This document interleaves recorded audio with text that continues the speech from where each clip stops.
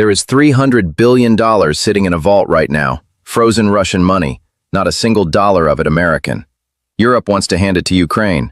And two of the country's top military commanders just sat in front of Congress and couldn't tell a senator why we're still waiting. That silence is the story.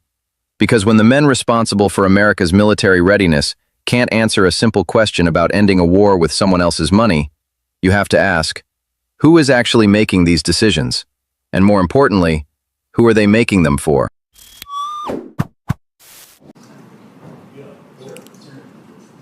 Mr. Chairman. Senator Kennedy. Forgive me, Mr. Chairman, for interrupting. And I say this with the respect for you and these three gentlemen. But as you know, we've got a very important meeting at 11 o'clock. We're going to have to leave.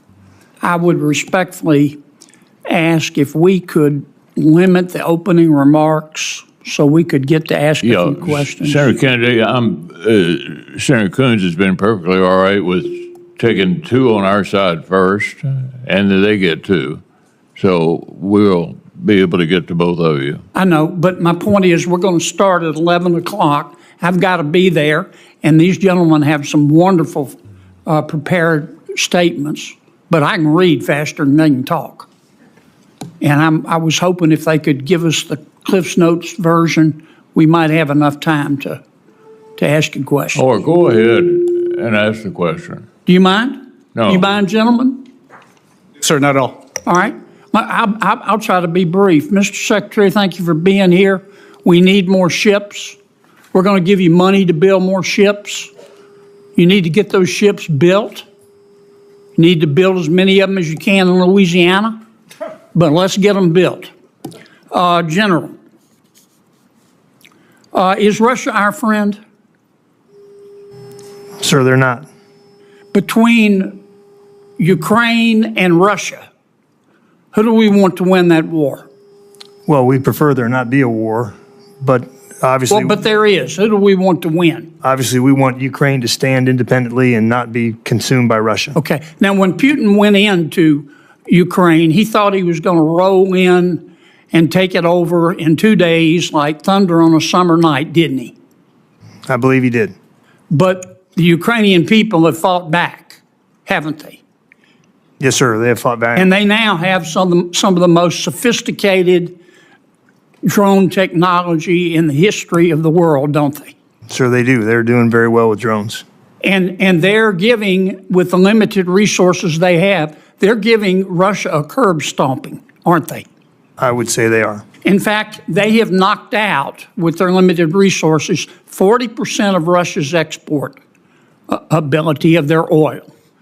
They, since January, using their drones and limited cruise missiles, they have hit oil and gas facilities within Russia over 100 times. Not on the border, within Russia. Right? Yes, sir. And Putin was so scared, he almost had to cancel their military parade. Didn't he? Well, I'm not sure of that, sir, but I will take your word for that, sir. Okay. All right. Well, how much money? Now, let me just lead you. The world has $300 billion of frozen Russian assets in escrow, don't we? I don't know, sir. I do. It's $300 billion. And 2/3 of that, about $225 billion, is sitting in Europe, isn't it? Again, sir, I'm not sure of that. Well, I am. And I'm surprised, no disrespect, that you don't know. And Europe has asked our permission to take that $200 to $225 billion. Well, I mean, strike that. That $225 billion, humor me, that's sitting there frozen. Not a single penny is American taxpayer money, is it? I don't believe it is. No. It all belongs to Russia, doesn't it? I believe that is correct. And the EU has asked our permission to take that money and give it to Ukraine so they can knock Russia in the next week and let's get this war over. That's a good idea, don't you think?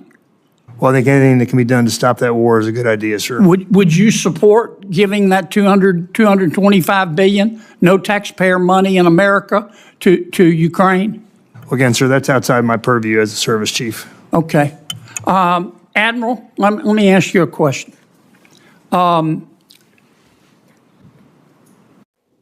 Would it be fair to say, based on his public and notorious comments, both before, during, and after the summit between President Xi and President Trump, that President Xi, how can I put this? He's nervous as a pregnant nun about what we're going to do on Taiwan, isn't he? Sir, I do think he is concerned about our capability against any invasion of Taiwan. I mean, talk about telegraphing your insecurities. I mean, he talked about it right out of the chute. He's practically sending us a television ad saying, I'm very worried about Taiwan. Now, we don't want a war with China, do we? Absolutely not. No. We want stability, though, with China, don't we? Yes, sir. And China doesn't recognize, President Xi doesn't recognize charity, does he? I can't speak to that, but I would say probably not. Well, he appreciates strength, doesn't he? I would say so, yes. If you're in a bar fight with President Xi and you start quoting Socrates like we did under President Biden, you're going to get your rear end whipped, aren't you? That's probably not a good course of action. Yes. Okay, so why don't we go ahead? Don't you think it'd be a good idea for us to gain leverage to make weapons sales to Taiwan right now? Sir, again, these things are very complex and a full calculus of all the levers of power that are being negotiated and worked. So it generally... I'm sorry, what more do we have to know, Admiral? President Xi has telegraphed his anxiety, his insecurity, now that he knows that America has learned how to fight. We want leverage. We want stability, not a hot war. We want leverage. What's his insecurity? Taiwan. Why don't we just go ahead and sell the weapons to Taiwan that Taiwan wants? The president can call President Xi and say, hey, President Xi, don't take it personally. Don't get excited. Don't get your bowels in an uproar. But I'm selling these weapons. Why wouldn't we do that? We definitely want Taiwan to be as strong as they can be, sir. They'd be stronger with those weapons, though, wouldn't they? Yes, sir. Don't you think we ought to sell them? Sir, I'm not going to get in front of the administration's overall calculus on that. That's just not I'm not going to make a statement on that as a service chief. Okay. But the capabilities that we're talking about would make them more effective. I'm sorry to go over. I'm sorry. I just wanted to get my points in. Thank you so much, Mr. Chairman. I've got to go, gentlemen. I'm really sorry. And I don't mean any disrespect by being so direct. But we're down to it. We're down to it. What you just watched wasn't a senator losing his patience. It was a senator exposing a gap between what America's top military commanders know needs to happen and what the political machine above them is willing to authorize. And that gap has a price tag. $300 billion to be exact. Kennedy walked in with a timer running, no appetite for ceremony, and went straight to Ukraine, because that's where Kennedy built his case, and the facts he extracted were more damning than any accusation. He walked the general through the numbers one by one, like a prosecutor laying exhibits on a table. Ukraine has knocked out 40% of Russia's oil export capacity. Ukraine has struck energy infrastructure inside Russia, not near the border, inside Russia, more than 100 times since January, with drones, with limited resources, against a nuclear-armed adversary that once thought it would take the country in 2 days. The general confirmed every single one of those facts. And then Kennedy asked the question that should have had a simple answer. There is $300 billion in frozen Russian sovereign assets sitting in European escrow right now. Not a dollar of it belongs to American taxpayers. Not a dollar of it came from American wallets. It is Russian money, frozen by the international community as a direct legal consequence of Putin's invasion. Europe has asked for authorization to transfer it to Ukraine. The question Kennedy asked was, why haven't we done it? The general's answer was 4 words. That's outside my purview. Now here's what I need you to understand. because this is where most coverage gets it wrong. The general was not lying. Military service chiefs are not supposed to make sovereign financial and foreign policy decisions. That's the chain of command functioning exactly as the Constitution designed it. But Kennedy's frustration was never aimed at the general. It was aimed at the silence above the general. Because somebody does have purview over that $300 billion. Somebody sits at the level where that decision lives. And that somebody has not made the call. Transferring those funds would not cost the United States a single dollar. It would be the international community using Russia's own frozen wealth to hold Russia accountable for an invasion Russia chose to launch. That's the entire logic behind international sanctions. You freeze assets, and you use that leverage. And yet in Washington, the conversation circles around this idea like it's made of radioactive material. Ask yourself, why? Because when an action costs nothing, risks little, and helps an ally that is actively winning a war with limited resources, and the decision still doesn't get made, that tells you something. It tells you the hesitation isn't about logistics. Now Kennedy shifted to China, and this is where the hearing became a different kind of lesson. He asked the admiral whether President Xi Jinping is genuinely nervous about American capability regarding Taiwan. The admiral said yes. Kennedy's follow-up was surgical. If Xi has already telegraphed his anxiety, if he raised Taiwan himself at the summit, unprompted, like a poker player announcing which cards make him sweat, why aren't we pressing that advantage right now? Why aren't we selling Taiwan the weapons Taiwan has asked for, while Xi is off balance?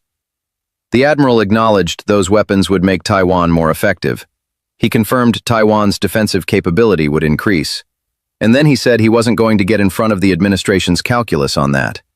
Deterrence works on a simple principle. An aggressor calculates the cost of an action before taking it.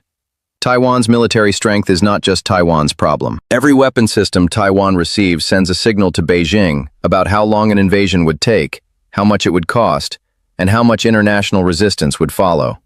That signal is the deterrent. And right now, while Xi is anxious, while he has shown his hand, the signal is being held back. Kennedy's argument was simple. You don't wait for an adversary to regain confidence before acting. You move when the window is open. Service chiefs advise, they don't decide. And when the decision hasn't been made at the top, they don't get ahead of it. But here is the problem with a system that works as designed when the design has a gap at the top. The absence of a decision is itself a decision. Choosing not to sell those weapons is a choice. Choosing not to release that $300 billion is a choice. Choosing to let a strategic window close while the clock runs is a choice. Think about who pays when these decisions don't get made. It's a family in Kharkiv whose neighborhood was shelled this week, because Ukraine ran low on the ammunition that $300 billion could have funded. It's a defense analyst in Taipei who has been waiting 3 years for a weapons system and keeps being told the calculus is complicated. What Kennedy did in that hearing was deliberate. He used a public forum to build a record. He got 2 of the country's most senior military officers to confirm, on the record, that Ukraine is winning with limited resources. He got them to confirm that Taiwan would be stronger with those weapons.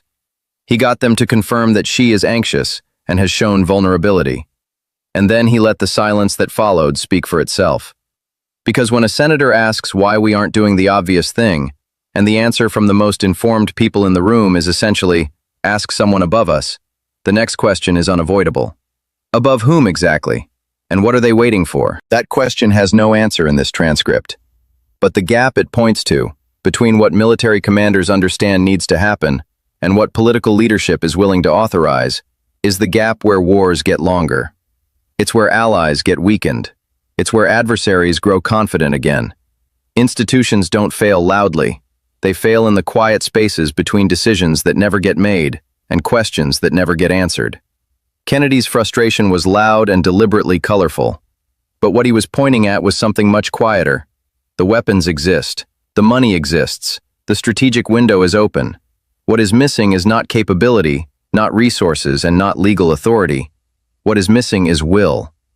And until someone above the generals and the admirals decides to use it, that silence is the most important thing happening in American foreign policy right now.